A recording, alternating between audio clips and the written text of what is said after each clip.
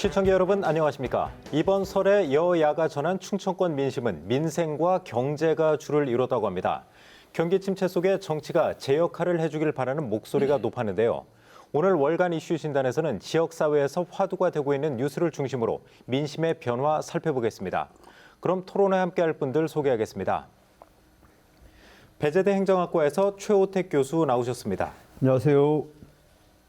다음은 단국대 정책경영대학원 이희성 교수 자리하셨고요. 안녕하세요. 마지막으로 대전 CBS 김미성 기자와 함께하겠습니다. 안녕하세요. 준비된 영상 보시고 본격적인 토론 이어가겠습니다.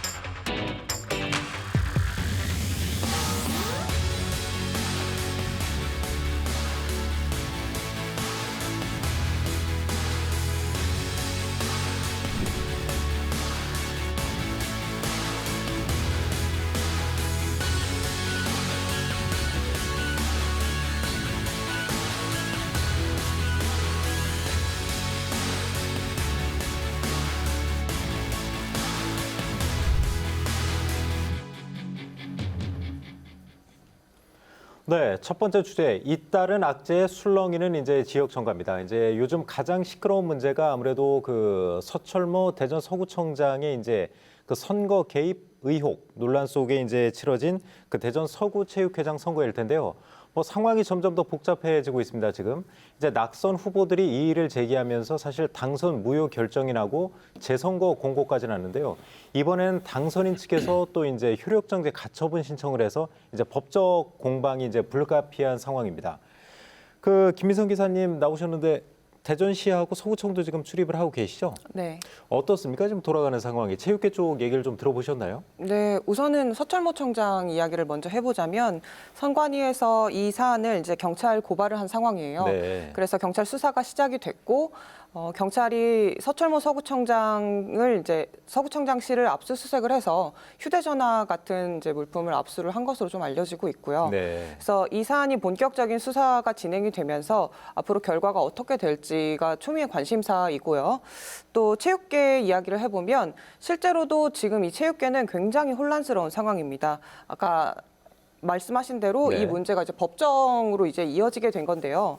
이제 당선자인 이성준 당선자가 지금 당선 무효 결정에 대해서 이 반발을 하면서 법원에 효력정지 가처분 신청을 낸 그렇죠. 상태예요. 예. 그래서 법원 판단이 나올 때까지 앞으로 어떻게 될지 한 치 앞을 좀 내다볼 수가 없는데 지금 이 당선인이 내세우는 이 주장의 논거를 보면 이 당선 무효 과정에 절차적인 하자가 있다는 점을 좀 짚고 있는 거거든요. 네. 왜냐하면은 구체육회장 선거관리 규정을 보면 이 선거의 공정성을 해칠 경우에 선거 무효, 등록 무효, 당선 무효 이렇게 제재를 가할 수가 있습니다. 네. 그런데 이 제재를 당할 수 있는 사람은 이 위반 행위를 한 당사자여야 한다라는 게 이제 그 선거 규정에 이렇게 명시가 돼 있어요. 네. 그래서 이런 부분을 들면서 이성준 당선자가 이번 의혹에서 위반 행위를 한 건 본인이 아니라 서철모 서구청장이기 때문에 자신에게 이런 제재를 가하는 건 부당하다 이런 논리를 좀 내세우고 있습니다. 네. 그래서 우선 재선거 날짜는 2월 23일로 결정이 됐는데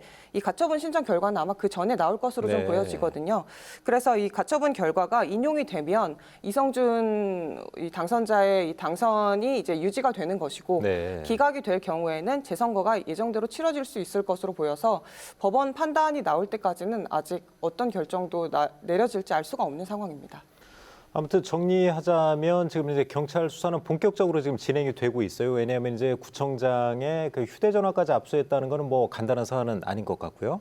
그리고 법적 공방이 이제 벌어질 텐데 아무튼 다음 달에 이제 재선거를 치른다는 거죠. 네. 그리고 그 전에 이제 법원 결정도 나올 거고요. 그렇습니다. 알겠습니다. 그 최호택 교수님 어떻습니까? 네. 뭐 파장이 좀 있을 것 같아요. 또 구청장의 이제 뭐 거취 좀 성급하지만 구청장의 거취를 또 뭐 얘기하는 분들도 있고 지역 사회에 미칠 파장은 좀 어떻게 보세요? 그래서 이제 구청장은 상당히 좀 부담스러울 거예요. 이게 네. 이제 지역만의 문제는 아니고요. 지금 전국적으로 지금 아주 이슈가 되고 있는 이제 그런 상황이기도 하고 또 이것이 이제 뭐 소문에 의해서 이것이 뭐 고발이 되거나 이런 것들이 아니고 정확한 물증에 의해서 이제 고발이 된 사건이기 그렇죠. 때문에 상당히 부담될 텐데 우리가 이제 공직선거법 같은 경우에는 사실은 이제 100만 원 이상의 벌금형을 받아도 이게 이제 직을 상실을 상실하게 하는 거죠. 되는데 이건 이제 위탁선거법이잖아요. 네. 그러다 보니까 서철모 구청장이 직을 내려놓기 위해서는 이게 이제 금고 이상의 형을 직접 받아야 됩니다. 그러니까 벌금형을 받고서는 직을 상실하지를 않기 때문에 네. 뭐 우리가 이제 조심스럽게 전망해 보면 글쎄 이거 가지고서 금고형 이상까지 살 수 있을까 우리가 이제 판단을 해보면 뭐 그 가능성은 높지는 않겠다 뭐 그런 네. 생각이 듭니다. 그렇지만은 일단은 서철모 구청장 같은 경우는 데미지는 상당히 입었죠. 그렇죠. 이번 일로해서 아마 다음 선거에는 또 상당한 또 이 데미지를 입었기 때문에 아마 정치 생명이 그렇게 길 것 같지는 않다는 게 제 네. 개인적인 생각이에요. 왜냐하면 이것이 여기서 끝나는 것이 아니라 계속 지금 이제 아마 재판 과정에서 이제 파장이 일게 되고 또 다른 아마 뭐 또 의혹이나 이런 것들이 제기될 수 있는 상황이 있기 때문에 본인으로서는 상당히 좀 곤욕스러운 시간이 되겠다 하는 생각을 좀 해보고 그 다음에 이제 지금 아까 얘기한 대로 이제 법원에 이제 가처분 신청을 냈기 때문에 그것이 이제 어떻게 판결이 나느냐에 따라서 재선거로 가느냐 아니면 기존의 그 이성준 당선인이 확정이 되느냐 네. 이런 것들이 이제 결정이 됐는데 그 과정 속에서 아마도 아마 이제 그 체육회에 몸담고 있는 분들 간에 사실은 좀 갈등이나 이런 것들이 상당히 클 것으로 생각이 그렇죠. 돼요. 그래서 예. 한동안 대전 서구 지역은 이 문제로 인해서 상당히 시끄러운 국면이 계속 이어질 것이다 이렇게 보여집니다. 예.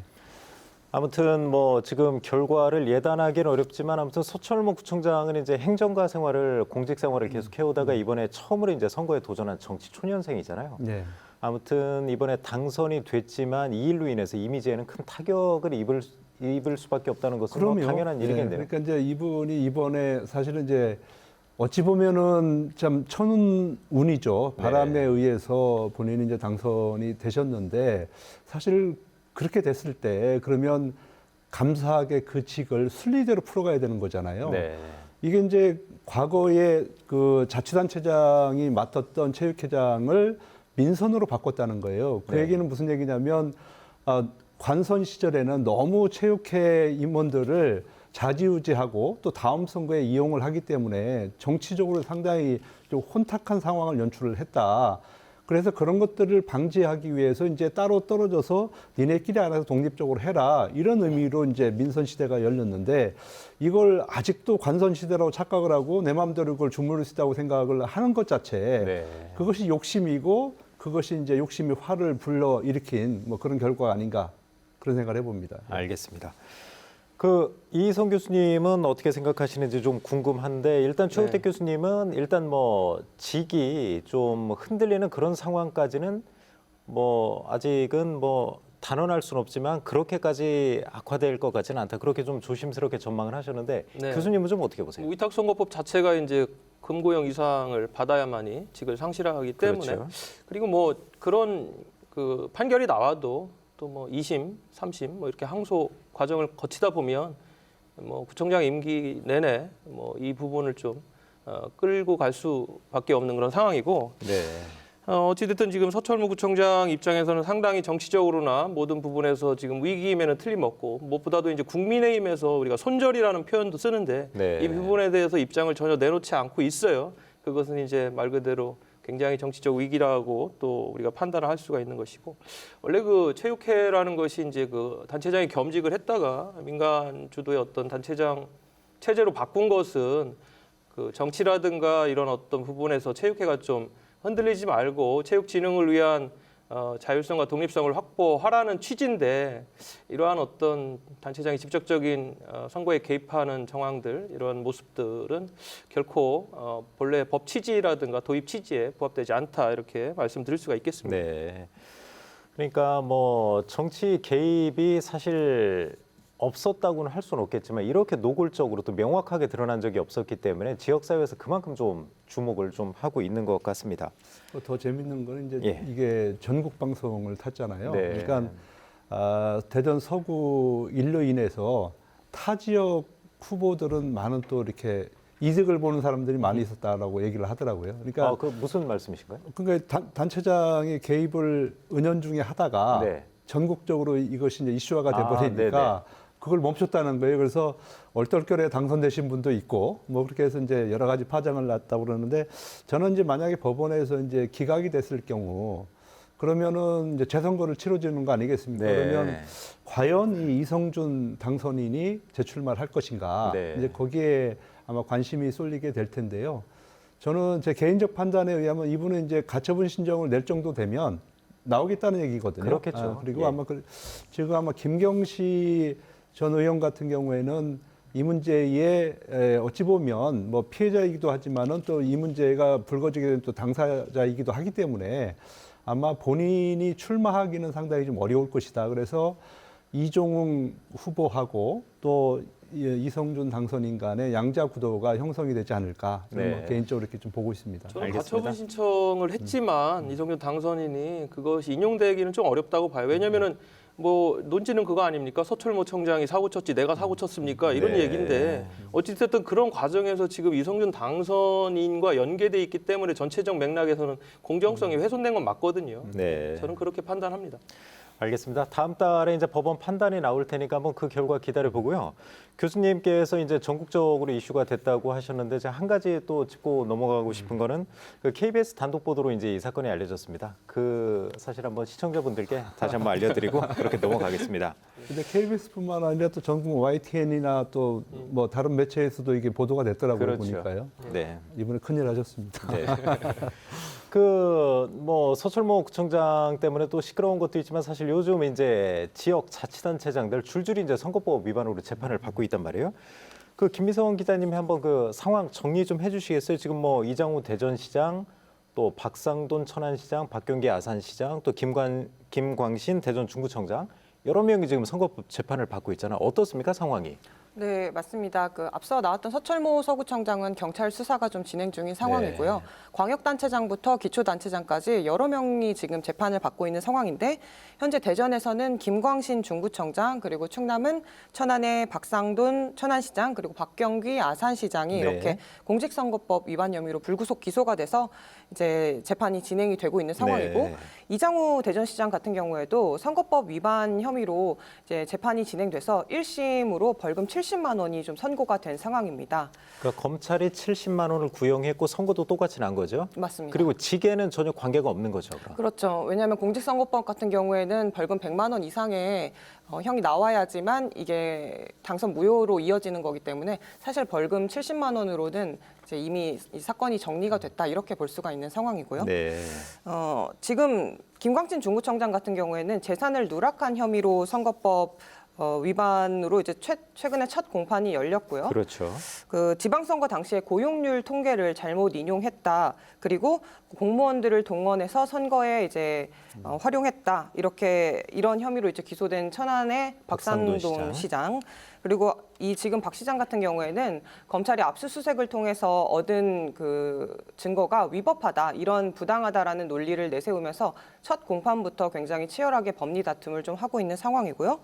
또 상대 후보에 대한 허위사실 공표로 지금 재판이 시작된 박경기 아산시장 같은 경우에도 다음 달 1일에 두 번째 재판이 좀 예정이 돼 있는 상황입니다. 지금 보면 이제 공교롭게도 재판을 받고 있는 단체장들이 다 지방선거 당시에 민주당 소속에서 국민의힘으로 바뀐 단체장들이에요. 아, 예. 네, 그러다 보니까 지금 국민의힘 입장에서도 이 부분이 상당한 리스크로 작용을 하지 않을까라는 좀 생각이 듭니다. 그럼 정리를 하면 이제 이장우 대전시장은 이제 직에 전혀 관계없는 벌금 70만 원형을 선고가 받아서 이제 거의 종결됐다고 보면 되고요. 또 박상돈 천안시장, 박경기 아산시장, 또 김광신 대전 중구청장은 이제 재판이 진행되고 있기 때문에 선고가 나오려면 어느 정도 이제 시간은 좀 필요하다 이렇게 좀 보면 되겠네요. 네, 근데 제가 또 이제 이 재판이 진행되는 과정을 보면서 좀 재미있었던 거는 단체장마다 이 재판을 대하는 태도가 조금 달랐어요. 네. 예를 들어서 이장우 대전시장 같은 경우에는 앞서도 나왔지만 70만 원 선고가 되면 사실상 이제 이 당선에는 영향을 주지 않는 것이거든요. 네, 그러니까 이장우 시장이 이 공소 사실을 바로 인정을 그렇죠. 하고 그리고 이제 70만 원의 선고가 나왔을 때도 재판부의 결정을 겸허히 수용한다. 이렇게 바로 이야기를 했어요. 네. 이게 뭘 의미하냐 하면 이제 더 이상 이 사건을 지지부진하게 끌고 가지 않고 여기서 정리하겠다. 이런 의미거든요. 네. 근데 반면에 이제 다른 단체장 같은 경우에는 대부분 혐의를 지금 재판에서 부인을 하고 있는 상황이고 예. 또 일부에서는 이 재판을 좀 늦춰서 좀 재판이 좀 지연될 수 있도록 꼼수를 부릴 가능성도 있다. 예. 이런 좀 지적도 나오고 있는 상황입니다. 아무래도 김 기자님이 이제 현장 취재를 하다 보니까 이런 뒷얘기까지 좀 소소하게 말씀해 주셔갖고 훨씬 더 생동감이 넘치는 것 같습니다. 토론에. 네. 이게 그- 항상 보면은 커트라인 100만 원 벌금이 글쎄 말입니다. 무슨 커트라인 같아요. 물론 이제 이제까지 판례를 통해 가지고 어느 정도의 혐의가 인정되면 제가 말씀드린 커트라인 벌금 100만 원에 상회하는지 아니면 뭐 그 이하인지 이런 것들을 다 판단을 하셨을 거예요. 그러니까 그거에 맞게끔 대응을 하는 것 같은데 그런 것들이 어떠한 법이라든가 위법한 사항에 대해서 이렇게 대응하고 시간을 끌면서 임기를 계속 유지하는 게 맞는지는 모르겠고요. 그리고 이번에 이제 그 특히나 아산하고 천안 지금 시장이 이번에 문제가 됐지 않습니까? 네, 네. 지난 선거를 되돌아보니까 일종의 충청권 북부벨트라고 할 수 있는 아산하고 천안이 굉장히 치열했거든요. 네. 그런 부분에서 아무래도 뭐 허위 사실이라든가 공무원들을 뭐 일정 동원한다든가 뭐 이런 부분들이 더 선거 과정에서 불거지지 않았나 이런 생각이 좀 듭니다. 그러니까 이장우 대전시장은 거의 이제 마무리가 됐지만 아산이나 천안 같은 경우는 사실 결과를 장담할 수 없을 것 같아요. 저 같은 경우도 이제 혐의 사실을 좀 보고 공판 내용도 좀 들어봤는데 아무튼 혐의가 좀 가볍지는 않다. 좀 이렇게 좀 정리를 할 수 있을 것 같습니다. 그 최우택 교수님 어떻습니까? 근데 단체장들이 이제 행정하기도 바쁘고 지역 현안 해결에도 사실 분주하게 움직여야 되는데 재판하려면 이제 법정도 출두해야 되고 또 이제 그 준비도 해야 되잖아요. 이런 쪽으로 신경 쓰다 보면 뭐 행정 공백이나 그런 걸 우려하시는 분들이 많이 있어요. 실제 좀 악영향이 있죠. 그렇죠. 그러니까 이제 이런 사태가 발생을 하면 가장 피해를 보는 것은 지역 주민들이에요. 네. 왜냐하면 자치단체장이 한 방향을 향해서 달려가도 지금 이제 시간이 부족한 판인데 지금 한쪽에서는 행정도 해야 되죠. 또 한쪽에서는 본인의 이제 법적인 그렇죠. 이제 방어도 해야 되죠. 그러다 보니까 분산이 되고 늘 사실은 이제 정신이 혼미할 수밖에 없는 이제 그런 상황이기 때문에 지역민 입장에서 보면 어떻게든지 이 사태가 빨리 마무리 짓기를 바랄 것이고요. 그다음에 또 자치단체장 같은 경우는 어떻게든지 본인이 이제 살아남기를 바라는 거잖아요. 그래서 네. 만약에 100만 원 이상이 나온다고 할지라도 거기서 승복할 사람이 누가 있겠습니까? 그렇죠. 끝까지 가는 거죠. 끝까지 가기 때문에 아까 이성 교수 얘기한 대로 4년 내내 이 문제 가지고서 갈 가능성이 커요. 그러면 결과적으로는 지역에서 현안 문제들이 많이 있고 또 중앙정부와 다퉈야 되는 문제들이 많이 있는데 그런 것들에 어떻게 보면 소홀히 할 수 있다. 그래서 지역 발전에 상당히 리스크가 될 수 있기 때문에 정말 저는 좀 이 법원에서도 이런 문제들은 빨리빨리 좀 진행을 해서 정리를 좀 빨리 해주는 게 좋을 것 같고요. 본인들도 본인이 한 행동에 대해서 양심을 가지고 법원의 판단에 대해서 확실한 입장들을 좀 밝혀주는 것이 지역민들을 위해서 좋겠다 하는 생각을 해봅니다. 네. 이렇게 뭐 정치권이 좀 분주하게 움직이는 가운데에서도 이제 총선이 1년하고 한 3개월 정도밖에 지금 남지 않았는데 1년 3개월도 안 남았죠. 그래서 이제 각 정당마다 이제 총선 체제 돌입해서 뭐 당직을 인선한다든가 이제 각종 위원회 설립하고 해서 이렇게 좀 분주하게 움직이고 있는데 그 이성 교수님 어떻게 설 연휴에 가족들하고 정치 얘기 좀 하셨나요? 예, 뭐 이번에는 전에보다 좀 덜한 것 같아요. 네. 왜냐하면 올해 좀 큰 선거가 없다 보니까 네. 좀 피해가는 느낌이고 그리고 가족들끼리 화목하고 즐겁게 모였는데 네. 정치 얘기하면 또 그렇지 않지 않습니까? 그러니까 서로 좀 피하는 것도 있는데 그럼에도 불구하고 저는 또 좀 민심을 좀 듣고 어떤 생각들을 하는지 좀 여쭤봤죠. 네, 예, 어떻습니까 주변에 좀? 먹고 살기 힘들다. 일단 민생에 대한 이야기가 굉장히 많이 나왔고 그런 중에 이제 도시가스 난방비 너무 많이 올랐다. 그렇죠. 그런 어떤 직접적인 말씀을 많이 하셨고 정치 얘기에 직접 들어가면 여야를 떠나서 좀 굉장히 비판적인 말씀들을 많이 하셨고 정신 똑바로 차려라. 지금 국민들 생각해야지 자기들 이권이라 본인들 어떤 생각에 빠져서 국민들 돌아보지 않는다. 이런 좀 비판적인 이야기를 많이 들었던 것 같습니다.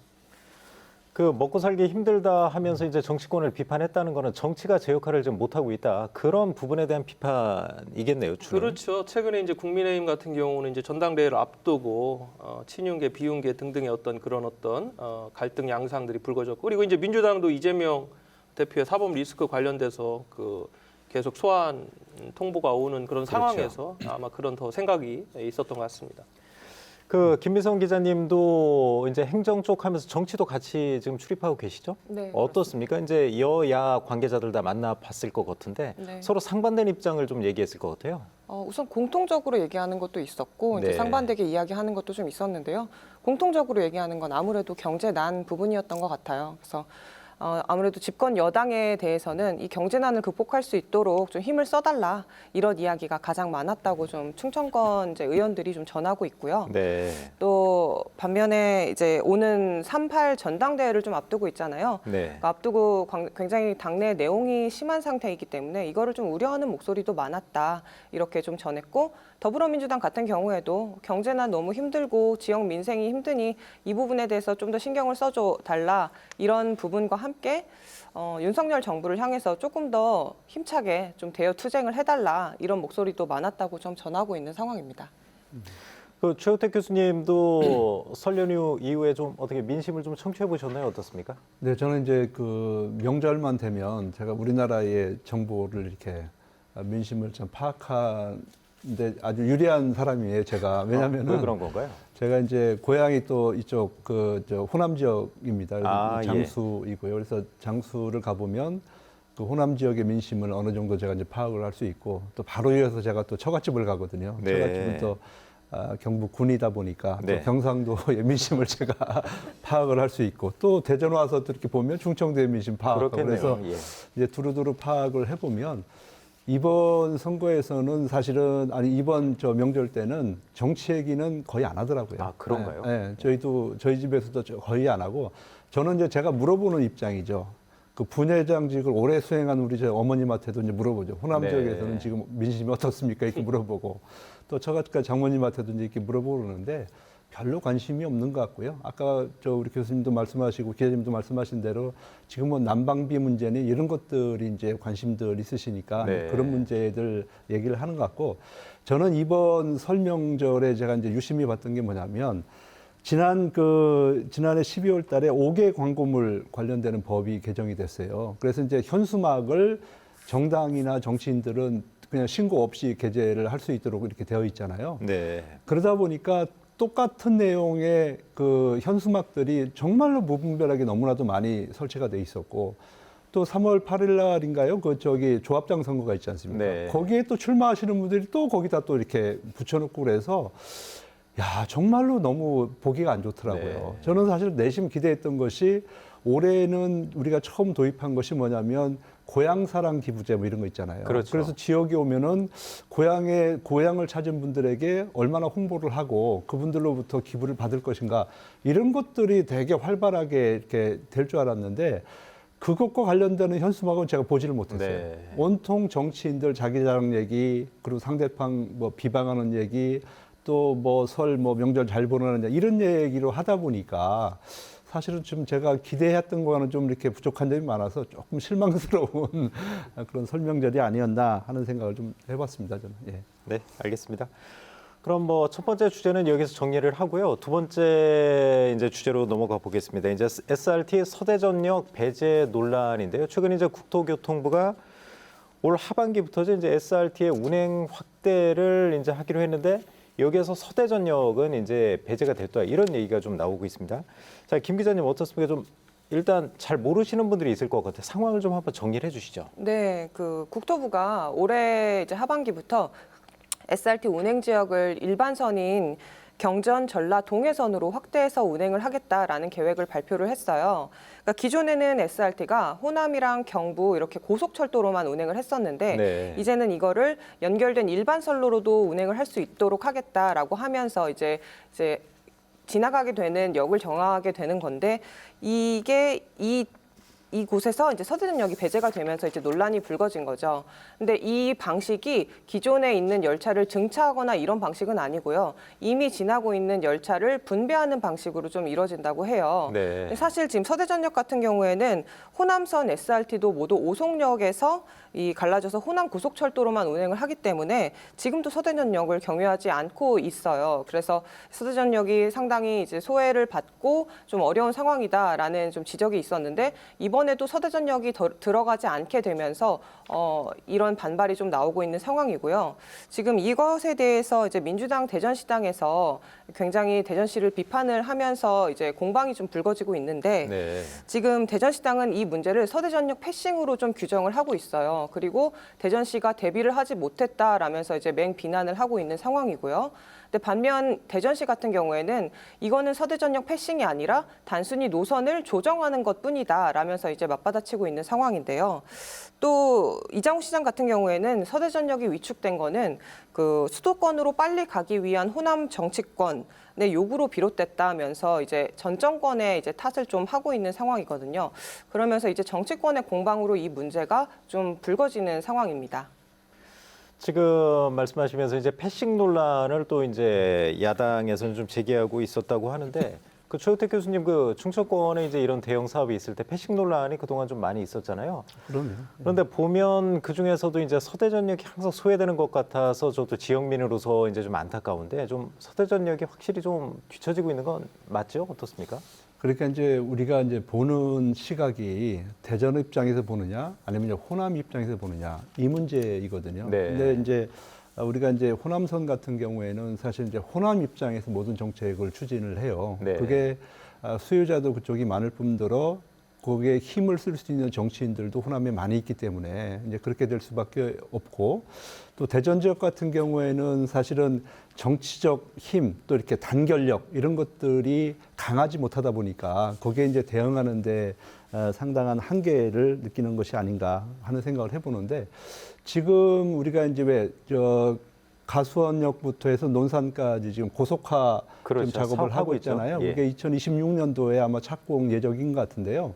저는 우선 우리 정치권이 해야 되는 문제는 그걸 차질 없이 진행하는데 온 힘을 쏟아야 된다. 네. 왜냐하면은 지금 계속 우리가 이제 그 서대전역이 패싱을 당하는 이유 중에 하나가 이쪽으로 둘러오면은 시간이 많이 걸린다는 거잖아요. 네. 그 호남 입장에서 보면은 당연한 얘기예요, 그거. 그렇기 때문에 이걸 쭉 피면 시간이 단축되기 때문에 그런 논란에서 배제가 되고 또 충청이 요구할 때 그 요구를 받아들일 수가 있어요. 그렇기 때문에 그렇게 해야 되는 거고 이렇게 이런 패싱 논란이 나올 때마다 시장 네가 잘못했다. 국회의원 전부 민주당이니까 니네가 잘못했다. 이런 싸움을 하기보다는 진정으로 지역이 나가야 될 방향이 무엇인지 저는 손을 잡아야 될 때지 지금 서로 남탓 공방할 때는 아니다. 뭐 그런 말씀을 좀 드리고 싶습니다. 저는 이 부분에 대해서 노선 조정의 결정권은 결국 국토부가 갖고 있었고 그렇죠.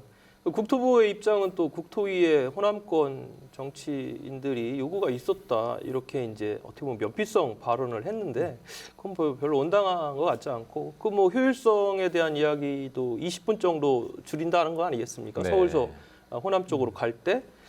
근데 이제 대전 시민들이라든가 우리 지역 입장으로 볼 때는 국토부가 이 노선 조정을 한다는 것은 결국은 정부의 의지인 것이고 그리고 현 정부와 가장 코드가 잘 맞고 있다는 대전시장이 어떤 역할을 해야 되지 않냐라는 요구에 사실상 그리고 본인께서도 시장께서도 대통령과 어느 때 못지않게 친분을 과시하시면서 통화도 휴일날도 통화를 하고 있다. 그럼 이런 부분도 빨리 좀 그런 힘을 가지고 추진력을 가지고 좀 해결해 달라. 이게 시민들의 요구인 것이고요. 그리고 뭐 정치권에서도 지금 최 교수님 말씀하신 것처럼 내 탓, 남 탓 공방할 때가 아니라 뭐 또 지역 국회의원들이 그 부분에 대해서 힘을 실어줄 부분이 있으면 같이 해야 된다. 저는 그렇게 생각합니다. 이성 교수님은 그러면 지금이라도 좀 이제 노선 조정안을 다시 조정을 해서 서대전역 정차를 좀 이렇게 하는 방향으로 정치권이 좀 노력할 필요가 있다 그렇게 보시는 건가요? 저는 얼마든지 가능하다고 보고요. 이 부분이 지금 대전 시민들에게 굉장히 불편하고 그리고 계속 지금 서대전역이 KTX 노선 조정 때도 뭔가 자꾸 뺏기는 느낌이 들었잖아요. 또 불편하고 이장우 시장께서 대통령께 전화 한번 드렸으면 좋겠고 그리고 지금 이후에 로드는 호남선 지금 노선에 대한 그 고속철 그 부분 구간들 2026년, 2027년 지금 얘기가 되고 있는데 너무 길어요. 그래서 네. 이것만 기다리면 안 되고 또 호남선 지하화에 대한 부분도 지금 논의가 계속되고 있는데 이건 더 길 거예요. 그렇기 때문에 지금은 정치적으로 좀 푸는 게 좋겠다는 생각을 합니다. 그런데 최우택 교수님은 이제 앞서 언급을 하셨지만 지금 이제 이 문제 하나만 갖고 매달릴 게 아니고 미리 이제 뭐 가수원에서 논산까지 좀 고속화 사업을 좀 미리 좀 앞당겨서 끝내 놓는다든지 그런 준비를 해놓고 이걸 요구하면 훨씬 그때는 이제 받아들여질 것이다. 그렇게 보시는 거죠? 그렇죠. 그러니까 이제 물론 이제 지금 상황에서도 우리가 얻을 수 있는 것은 있겠죠. 노력을 한다면 네. 뭐 몇 편이라도 우리 쪽으로 이제 땡겨올 수 있는 부분이 있을 거고 아마 대전시에서 이제 그런 부분 그런 노력들은 지속적으로 하겠다라고 지금 이제 얘기를 하는 것 같고. 네. 근데 제가 원론적으로 얘기하는 것은 그러니까 아까 얘기하잖아요. 그러니까 호남의 입장에서 봤을 때는 서울을 20분 먼저 가는 거는 엄청나게 그건 시간을 세이브하는 거예요. 네. 저 같은 경우라도 만약에 선택을 하라고 그러면 촌각을 다투는 세상에서 20분을 돌아갈래, 바로 갈래 이렇게 물어봤을 때는 바로 가는 거 선택을 하잖아요. 그런 입장에서 봤을 때 지금 문제가 되고 있는 구간의 어떤 고속화 노선 뭐 이런 것들 있지 않습니까? 이런 것들은 좀 그러니까 계획대로 차질 없이 진행될 수 있도록 노력하는 것도 이것도 중요해요. 왜냐하면 모든 사업들이 항상 보면 이렇게 딜레이가 되잖아요. 그래서 그런 걸 위해서 지역 정치권을 똘똘 뭉치자는 의미에서 제가 말씀을 드린 겁니다. 두 분이 뭐 의도하신 건 아니겠지만 이제 공교롭게 보면 이희성 교수님은 이제 민주당이 그동안 주장했던 내용하고 거의 비슷하고요. 또 최우택 교수님은 대전시 입장하고 좀 맥이 통하는 것 같은데 김민성 기자님 지금 대전시 출입하니까 일단 그 마지막으로 대전시의 입장을 한번 정리를 해주시죠. 대전시는 패싱은 아니라고 지금 정리를 한 것 같아요. 노선 조정이다 그렇게 했는데 개선 여지는 없는 건가요? 네, 저도 이 문제를 정확하게 확인을 하기 위해서 대전시에 최근에 취재를 좀 해봤는데요. 네. 대전시는 이미 이번 노선 조정을 되돌릴 수 없는 것으로 좀 보고 있어요. 네. 그러니까 이거를 되돌리기 위한 노력을 하기보다는 다른 노력을 하는 게 더 효율적이라고 보는 것 같아요. 왜냐하면 네. 이미 대통령 업무 보고도 됐고 이게 행정적으로 절차도 너무 오래 걸린다는 거예요. 그러면서 이제 대전시에서 가장 강조한 게 이제 교수님들께서 말씀하셨듯 가수원에서 논산까지 직선화 사업을 빠르게 추진하는 게 굉장히 중요하다. 그 얘기를 하면서 대전시 관계자가 저한테 그런 말을 하더라고요. 그동안 SRT의 서대전역을 경유하게 해달라고 요구를 안 했던 게 아니다. 실무진 차원에서는 계속해서 그런 논의를 해왔는데 이게 받아들여지지 않는 데는 다 이유가 있는 거다. 근데 그 이유가 뭐냐 이렇게 물었을 때 속도하고 안전성. 이 부분을 짚더라고요. 네. 그러니까 지금은 KTX도 서대전역을 경유할 때 속도가 시속 80에서 100km 정도밖에 안 나온다고 네. 해요. 근데 이번에 SRT의 확대 노선으로 결정된 이제 일반선 같은 경우에 시속 200km 정도, 그러니까 2배 이상이 지금 차이가 나는 거죠. 그러니까 이런 상황에서 서대전역을 경유해 주세요라고 이야기를 하는 게 명분이 없다라는 네. 입장을 대전시에서 굉장히 많이 이야기를 하고 있고요. 그래서 결국은 2027년 때 이제 SRT KTX를 증편을 하게 되는데 그때에 맞춰서 노선 확대를 요구할 명분을 미리 만들어 놓는 게 중요하다라고 지금 대전시에서는 강조를 하고 있는 상황입니다. 이런 말씀 들으면 대전시 공무원들이 꼭 광주시 공무원 같은 느낌이 좀 드는데 네. 지금 일단 대전 시민들을 위해서 1차적인 행정을 해야 되시는 것이고 안정성 문제를 들고 나왔다는 것은 더 이해가 안 돼요. 그러면 저희는 안전하지 못한 지금 노선들을 계속 이용했다는 것이냐. 시간에 대한 문제는 동의합니다. 그러나 이제 20분이라는 시간 속에서 호남인들이 이용하는 데는 편리하겠지만 그렇다면 대전 시민이라든가 충청권의 어떤 도민들은 그런 불편을 감수하라는 얘기잖아요. 네. 그런 부분은 좀 저희가 좀 잘 생각해봐야 되지 않을까 싶습니다. 이 토론 자리에서도 이제 말씀하시는 분들마다 이제 입장이 이렇게 다른 거 보면 사실 시민들도 여러 가지 생각을 갖고 있으실 것 같은데 이 문제는 현실적으로 어떻게 이제 해결이 되냐를 떠나서 내년 이제 총선 때까지도 아주 시끄러울 것 같아요. 아무래도 이제 정치적 공방의 소재가 될 가능성이 클 것 같은데 이 문제는 이렇게 정리하고 이제 다음 주제로 한번 넘어가 보겠습니다. 이제 대전시가 최근에 청사 방호 규정이라는 걸 좀 제정을 했는데 이게 논란이 지금 좀 많습니다. 왜냐하면 이제 그동안 시민들은 자유롭게 이제 대전시청사를 방문하고 했었는데 피켓이나 현수막 같은 걸 들고서는 이제 시청을 방문할 수 없다는 거잖아요. 예를 들어서 이제 김민성 기자님이 기자실 가면서 뭐 기자실 환경을 좀 개선해달라 하면서 피켓을 하나 들고 간다면 출입 자체가 안 되는 거죠. 출입 기자도. 들고 들어가도 아마 대전시 관계자가 나와서 이제 퇴거 명령을 하시겠죠. 그렇죠. 이게 그 강화한 배경 또 논란이 되는 이유 먼저 간략하게 좀 설명을 해주시죠. 네, 우선 이달부터 시행 중인 대전시청사 방호 규정을 좀 정확하게 설명을 드리면요. 청사 안에서 집회 및 시위를 하기 위해서 피켓, 현수막, 깃발, 확성기, 가면 등을 소지한 사람에 대해서는 청사 출입을 제한하는 등의 조치를 취할 수 있다고 돼 있고요. 또 근무 시간 전후 정당한 사유 없이 청사 내를 배회하는 행위에 대해서도 조치를 취할 수 있다라고 돼 있습니다. 또 대전시청 북문 앞에는 최근에 굉장히 큰 화분들이 많이 이제 생겼는데요. 네. 사실 이 공간이 그동안 시민단체들이 주로 기자회견을 하던 장소였어요. 그래서 이렇게 대전시가 규정을 강화한 배경이 무엇일까라고 생각을 해봤을 때 사실 딱히 떠오르는 이유는 없었습니다. 왜냐하면은 그동안 대전시에서 이런 뭐 시위나 집회로 인해서 점거가 된다든지 아니면 행정의 마비가 된다든지 이런 일이 굉장히 극히 드물었거든요. 전례가 없었죠. 네, 그래서 그렇다면 이거는 이장우 시장의 의중으로 봐야 한다라는 분석이고요. 실제로 이장우 시장이 새해 처음 열린 기자회견에서도 이에 대해서 좀 입장을 밝혔는데 시위대가 관공서를 점거하는 일은 민주주의 국가에서 있을 수 없다.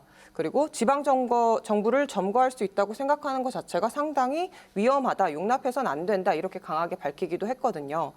근데 문제는 지난해 국가인권위원회에서는 이제 노동조합 조끼를 입고 남부지방법원을 들어가려고 했던 그 노조원을 이제 막았던 규정을 들어서 막는 것에 대해서 이게 인권 침해라고 이제 결론을 내린 바가 있어요. 또 네.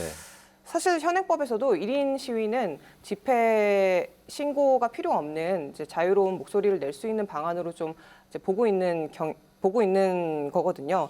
그런데 이런 결정에 좀 반하는 방향으로 대전시가 가고 있기 때문에 좀 시민단체에서도 새로 만들어진 청사 방호 규정이 집회와 시위를 아예 완전히 차단하고 시민의 기본권을 제한하고 있다고 좀 주장을 하면서 좀 계속해서 문제가 불거지고 있는 상황입니다. 김 기자님, 여기에서 이제 시청자분들이나 이제 시민들이 궁금해하는 사항이 그 대전시청사가 시위대에 의해서 점거당한 적도 없는데 굳이 이런 규정 반발을 감수하면서 만든 배경에 대해서 궁금해하는 것 같은데 그 부분을 언급 안 하셨어요? 좀 기자들끼리 얘기는 안 해보셨나요? 그래서 이게 지금 뭐 일부 보도가 나오기도 했는데 사실 이런 규정을 충남도에 있는 규정과 아주 동일하게 만들었다라는 보도가 또 있었어요. 네.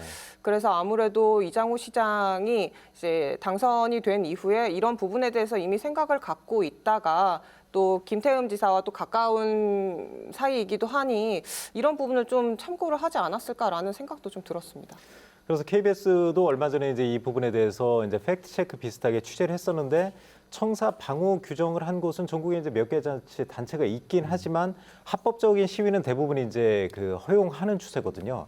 근데 유독 대전시 또 충청남도 두 곳만 이제 합법 불법 여부에 관계없이 원천 차단하고 있단 말입니다.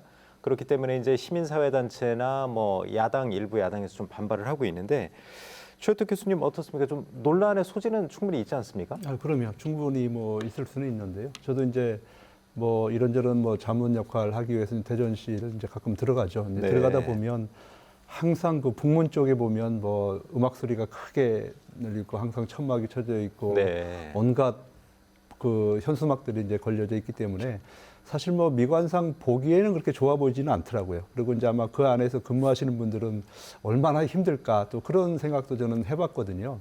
근데 이것이 저는 글쎄요, 이제 만약에 뭐 사전에 뭐 어떤 시위나 이런 것과 관련해서 서로 협의가 된다라고 하면 뭐 얼마든지 할 수는 있겠죠. 네. 그렇지만은 이제 그런 거 없이 이렇게 진행되는 거에 대해서 미리 이제 차단하는 그런 효과도 있을 것 같고 또 하나는 최근에 그 보안과 안전에 대해서 우리 국민들 관심이 많아요. 만약에 청사 안에서 불미스러운 일이 발생을 했다라고 한번 가정을 한번 해봅시다. 그래서 네. 누가 인명 피해가 나거나 누가 이렇게 피해가 난다고 했을 때 그러면 거기에 따르는 책임은 누가 져야 되는 거죠?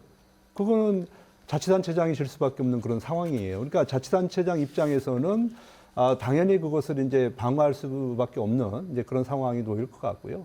뭐 의정부시라든지 그다음에 뭐 서울시, 부산시, 경기도 뭐 등등해서 많은 지자체에서도 지금 이제 이와 비슷한 규정들을 가지고 있고 저도 이제 유학 생활을 할 때 보면 특히 이제 영국 같은 경우에는 대개 경우가 삼엄해요. 네. 그래서 대개가 이제 건물 외벽 같은 경우, 1층 같은 경우에는 유리창에다 전부 이제 방호 철망 같은 걸 다 설치를 해놓고요. 네. 일곱 시간 이후에는 거의 사람들이 들어갈 수가 없는 그런 상황이에요. 우리만 정말 자유스럽게 이렇게 드나들 수 있고 이제 그런 구도이고 특히 여러분들 한번 생각을 해보세요. 중앙정부 같은 경우 마음대로 들어갈 수 있습니까? 우리 대전 청사 같은 경우 마음대로 들어갈 수 있어요? 네. 정말 일이 없으면 못 들어가고요. 공무원이 내려와서 데리고 가지 않으면 못 들어갑니다. 그리고 뭐 현수막을 들고 들어간다, 뭐 뭘 한다, 거기서 뭐 목소리를 낸다.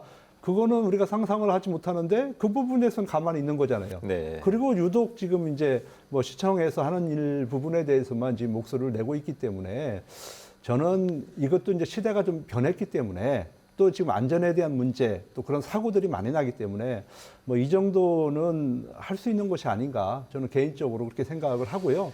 다만 이것이 이제 과도하게 정말 너무나도 과도하게 진행이 된다라고 하면 그건 인권 차원에서 우리가 문제 제기는 할 수 있지만 지금 그 시에서 만든 그 조례안 정도로 보면 저는 이 정도는 할 수 있다 저는 생각을 해봅니다. 저는 그 인권에 대한 문제이기보다도 시위와 집회라는 것은 기본권에 해당하고요. 네. 그 기본권을 제약할 정도로 정말 대전 청사가 방호에 굉장히 노출돼 있는가 이거는 짚어볼 필요가 있습니다. 그리고 여기 지금 개정안을 보니까 뭐 2항에는 이런 것도 있더라고요. 근무 시간 전후 정당한 사유 없이 청사안을 배회하는 행위 이것도 이제 태거 조치를 할 수 있다라는 거예요. 네. 지금 다른 지역하고 좀 대전시청하고는 좀 다른 것이 대전시청은 그 중심가 상권 중심가에 있고 또 얼마든지 그 공공 화장실이라고 그러나요? 이렇게 좀 활용되어지고 1층에는 또 카페도 있고 그렇죠. 얼마든지 그런 인프라가 갖춰져 있는 공간인데 이런 규정까지 집어넣으면은 어떻게 하라는 건지 저는 잘 모르겠고 그리고 이장우 시장께서 지금 교수님 말씀하신 국가 주요 시설 국회의사당 안에서 본인도 다 1인 시위하고 피켓 시위 다 하셨었잖아요. 야당 시절에. 근데 이제 지금 본인이 이제 시장이 딱 되시니까 이거 못하게 하겠다. 이러면 또 앞뒤가 안 맞는 거 아니겠습니까? 그래서 이런 부분에 대해서 그렇다면 이게 굉장히 중요하다고 시설 방어에 있어서 굉장히 중요하다고 하면 어떤 단계를 좀 거쳐가지고 의견을 수렴하는 것도 왜 빠졌는지 이런 것도 좀 의문입니다. 김미성 기자님은 좀 어떻게 보세요? 그 시민단체 쪽에서는 아무래도 반발이 많죠. 뭐 기본권 침해, 표현의 자유 침해 그런 쪽이 있는 것 같은데 그런 한번 논란을 정리를 한번 좀 해주시죠. 네, 지금 이게 불법 여부와 관계없이 청사 안에서 1인 시위를 제한할 수 있는 곳은 전국에서 사실 대전이랑 충남 이렇게 두 곳밖에 없는 맞습니다. 상황이에요. 그리고 또 전국 17개 광역단체 중에서도 집회 시위 관련해서 출입 제한 규정을 둔 곳은 대전을 포함해서 6곳에 좀 불과하거든요. 근데 또 이 가운데 경기도, 강원도, 경남도 이렇게 세 곳은 청사 방호에 지장이 없는 한에서는 합법 집회를 최대한 보장을 하도록 맞습니다. 했는데 예. 이것에도 불구하고 대전시하고 충남도만 1인 시위를 불법 여부와 관계없이 좀 청사 출입을 원천적으로 차단한다는 점에서 사실 시민의 기본권을 제한한다라는 지적은 계속해서 나올 수밖에 없지 않나 저는 그렇게 좀 생각이 들었습니다. 그러니까 청사 밖에서 시위하는 부분에 대해서는 제약하는 건 아니잖아요 지금은. 네, 청사. 네. 그렇죠. 청사 내 출입을 이제 지금 막는 거죠. 그런 뭐 현수막이나 피켓이나 뭐 이런 것들을 지금 방어한다는 것이잖아요. 그러니까 네. 지금하고 달라진 것은 아무래도 시대가 변했기 때문에 그런 안전에 대한 거에 조금 포커스를 맞춘 것이 아닌가 뭐 그렇게 봐주시면 어떨까 싶습니다. 1인 시위를 하다 보면은 피켓이라든가 특히 머리띠 같은 어떤 시위 물품이 있지 않습니까? 네. 그러면은 그걸 가지고 잠깐 화장실을 좀 청사 이용한다든가. 화장실을 이용할 수도 있는 네. 거거든요. 그건 뭐 사실은 내외를 떠나가지고 원천적으로 그 시스템 자체가 작동이 안 되도록 만드는 것이죠. 아무튼 이제 대전시청사는 이제 시민들의 세금으로 이제 운영되는 공간인데 지나치게 이제 좀 출입을 제한한다는 것 자체 이제 좀 거부감이 있는 것 같고 아무튼 이런 게 더 나아가서 이제 시청 주변에서 시위를 제한하는 거 아닌가 이제 이런 우려도 좀 담겨 있다고 저는 보고 있는데요. 아무튼 대전시에서도 이런 우려를 좀 잘 감안해서 좀 해법을 좀 보완책을 좀 마련했으면 좋겠습니다. 이제 오늘 세 가지 이슈 중심으로 좀 이야기를 나눠봤는데요. 짧게 이제 그 올해 주목해야 될 뉴스 이제 새해니까 1월 첫 방송이고 하니까 한번 한 가지씩만 좀 어떻게 짚어주실까요? 교수님 어떻습니까? 이거 말고 좀 주목해야 될 뉴스가 올해 뭐가 있을까요? 정말 이제 충청권이 이제 정말 용성할 수 있는 이제 그런 저는 해다. 저는 그렇게 보고 있습니다. 그래서 지금 충청권에서 우리가 해결해야 되는 문제는 이 충청권 메가시티 문제 있지 않습니까? 네. 결과적으로는 이 문제가 우리 충청권을 융성하게 만들 수 있는 아주 중요한 포인트다. 그렇게 생각이 되고요.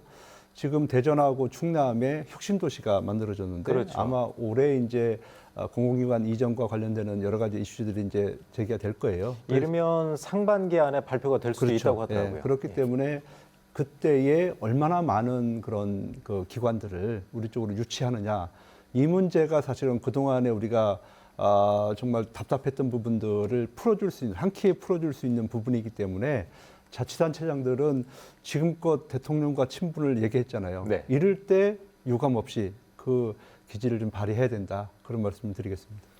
본인들이 그동안 이제 본인들의 정치력이나 대통령과의 이제 친분을 과시했었는데 사실 그 성적표, 예. 공공기관 유치에서 그 성적표를 일부나마 이제 좀 볼 수가 있겠네요. 그렇습니다. 예. 공공기관 자치단체장들 좀 긴장을 많이 하셔야 될 것 같습니다. 이성 교수님은 좀 어떤 뉴스에 좀 주목을 하고 계신가요? 균형 발전 차원에서 이제 지역 경제가 또 이슈로 떠오르지 않을까 싶고요. 올해는 경제가 어느 때보다 힘들다고 하고 있고 네. 특히 이제 지역 그 단체장들 특히 이제 지역 단체 지자체 경제에 대한 그 강조성이 드러나고 있기 때문에 뭐 대전도 이제 인류 경제 도시라는 걸 표방하고 있기 때문에 이러한 부분에서 어느 정도 성과를 내야 되는 게 이제 올해 2년 차이고요. 그 부분에 대해서 좀 주목해 볼 필요가 있다 이렇게 생각을 합니다. 그럼 경제 쪽이라면 당연히 이제 최 교수님 말씀하신 대로 이제 공공기관 2차 지방 이전에서 얼마나 많은 기업을 이제 혁신도시로 끌고 오냐 그것도 있고 예, 그것도 있고 이제 예. 그 대기업 유치라는 것도 명분으로 내세웠고 그리고 이제 산업단지 조성에 대한 어떤 기반도 그렇죠. 마련하겠다라고 하는 거니까 이런 것들을 좀 전체적으로 공공기관 이전 외적인 부분에서도 어떠한 성과들을 이뤄 나가는지 그런 것들이 좀 주목해 볼 필요가 있습니다. 자 김민성 기자님은 좀 어떤 뉴스 좀 해야 될지 한번 짚어주시죠. 네, 저는 코로나 관련 뉴스를 좀 짚고 싶은데요. 네. 오는 30일부터 이제 실내 마스크 착용 의무가 권고로 조정이 됩니다. 그렇죠. 뭐 병원이나 약국 이런 데서는 여전히 사용을 해야 되지만 대부분 이제 자율로 변경이 되는 거거든요. 근데 사실 이 이슈는 이장우 대전시장이 먼저 선제적으로 꺼내 들면서 전국적인 논의에 좀 불을 당겼다라고 볼 수가 있어요. 그래서 대전의 앞으로의 코로나 상황 추이 이런 것들을 좀 지켜보면 좋을 것 같고 또 앞으로 남은 게 마지막으로 이제 7일 격리 해제거든요. 7일 격리 의무가 어떻게 좀 조정될지도 좀 관심 있게 지켜보면 좋을 것 같습니다. 네, 세 분 모두 좋은 말씀 해주셨습니다. 오늘은 그러니까 이제 월간 이슈 진단으로 함께했는데요. 앞으로도 날카로운 진단과 분석으로 바람직한 방향과 대안을 제시할 수 있도록 더욱 노력하겠습니다. 토론에 함께하신 세 분 모두 감사드리고요. 시청자 여러분 고맙습니다.